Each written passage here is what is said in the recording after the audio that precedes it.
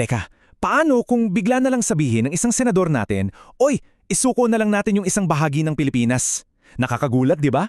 Well, sinasadya man o hindi, yan mismo ang kontrobersyang sisilipin natin ngayon. Isang pahayag na parang yumanig sa mismong pundasyon ng ating soberanya. Eto na, ang gawin natin po para madali, i-give up natin ang KIG. Hindi ito chismisa, yan ang eksaktong mga salita na pinagmulan ng lahat ng ito galing mismo kay Senator Rodante Marcoleta. Ang KIG, yan yung Kalayaan Island Group. At ang bigat, binitawan niya yan sa isang opisyal na pagdinig. So para malinawan tayo sa buong gulo na to, eto yung magiging breakdown natin. Una, yung nakakagulat na suwestyon. Tapos, yung biglang bawi, yung Marcoleta versus Marcoleta moment. Siyempre, titingnan natin ano ba talaga ang sabi ng batas at sino yung mga taong parang mabubura na lang kung sakali. Titingnan din natin kung may pattern ba sa mga sinasabi niya. At sa huli, ano ba ang naging resulta at reaksyon ng lahat dito? Okay, so let's start at the very beginning. Saan ba ito nagsimula? Ano ba yung konteksto? Ang setting natin, isang hearing ng Commission on Appointments. Importanteng hearing to para sa confirmation ng 35 na senior military officers. Tapos, eto na. Ang naging sentro ng argumento ni Senator Marcoleta, isa lang daw mapping problem ang Kalayaan Island Group. Bakit daw? Kasi wala raw sa loob ng ating exclusive economic zone. At ang mabilis niyang solusyon? Ayun na nga, isuko na lang daw.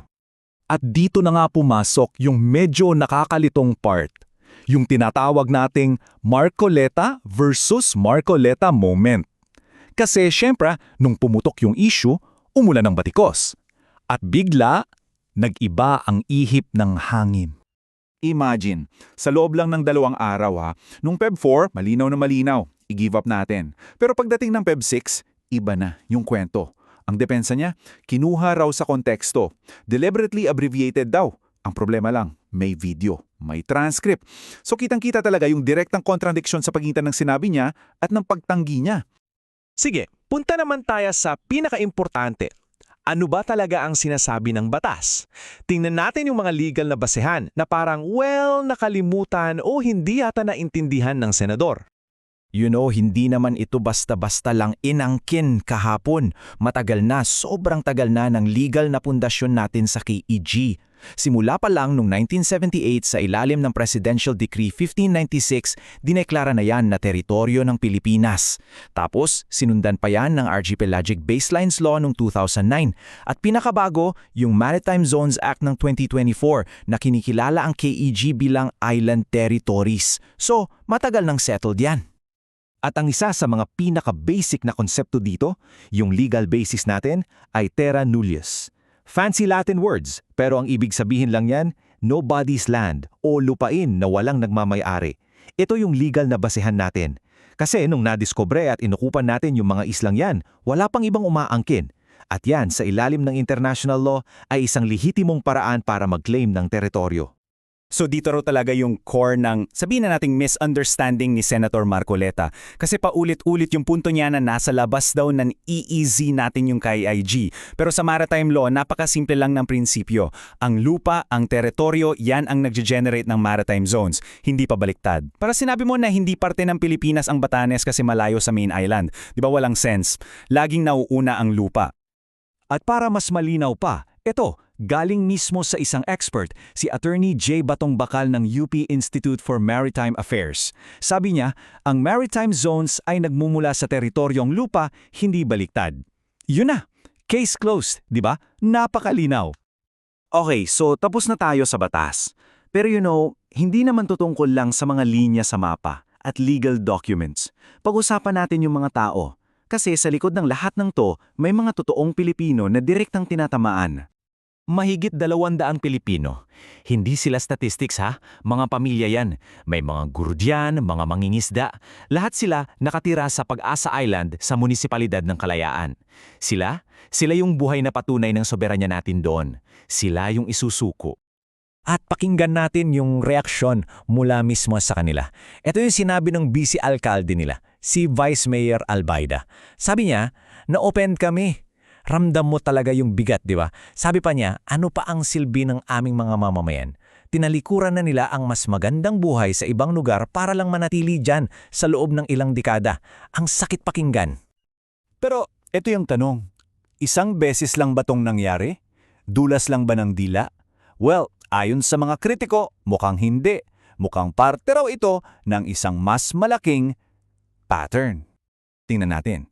For example, noong 2025 sinabi raw niya na walang West Philippine Sea.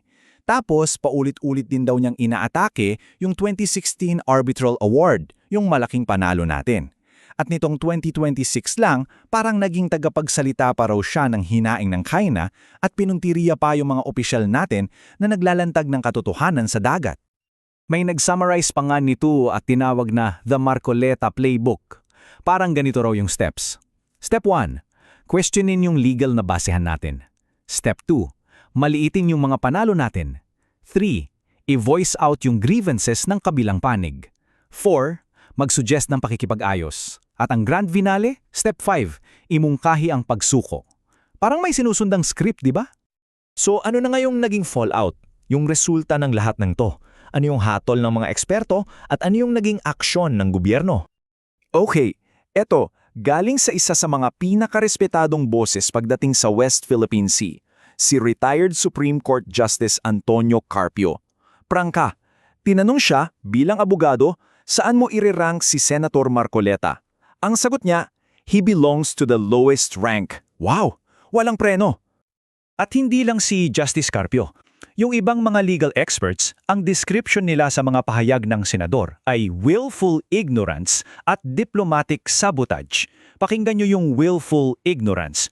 Ang ibig sabihin, hindi lang daw simpleng di alam. Parang sinasadya, sadyang pagbabaliwala sa batas. Siyempre, kailangan ng damage control. So may motion na tanggalin sa official records ng Senado yung mga sinabi niya. Bakit? Para hindi magamit laban sa Pilipinas in the future. Pinag-iisipan din yung formal na censure, isang saway mula sa buong Senado. At of course, nilinaw agad ng Malacanang na hindi yan ang official policy natin. At dito tayo nagtatapos sa isang napakabigat na tanong. Kasi hindi na raw debate kung nakasama ba yung mga sinabi niya, obvious na. Ang totoong tanong, ayon sa mga sources ay, bakit? Bakit niya sinabi yun? Dahil ba sa simpleng kawalan ng kaalaman, incompetence, o may mas malalim na dahilan, mali siya, incompetence or malice? Yan yung tanong na iiwan natin sa inyo para pag-isipan.